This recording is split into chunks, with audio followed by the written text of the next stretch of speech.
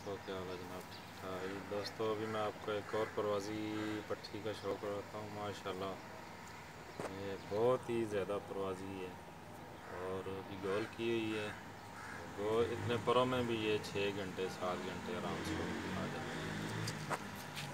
इसका शौक कराता हूँ।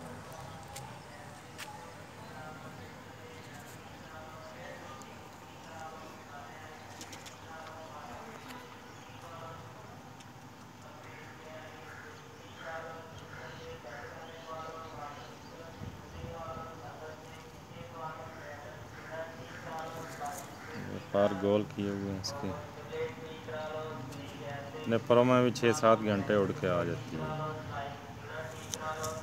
ये पंजे हैं इसके, 4 नंबर की विकेट डाली है। खुश्क पंजे हैं माशाल्लाह, बंद होकर उड़ती है। इसका शौक करेंगे।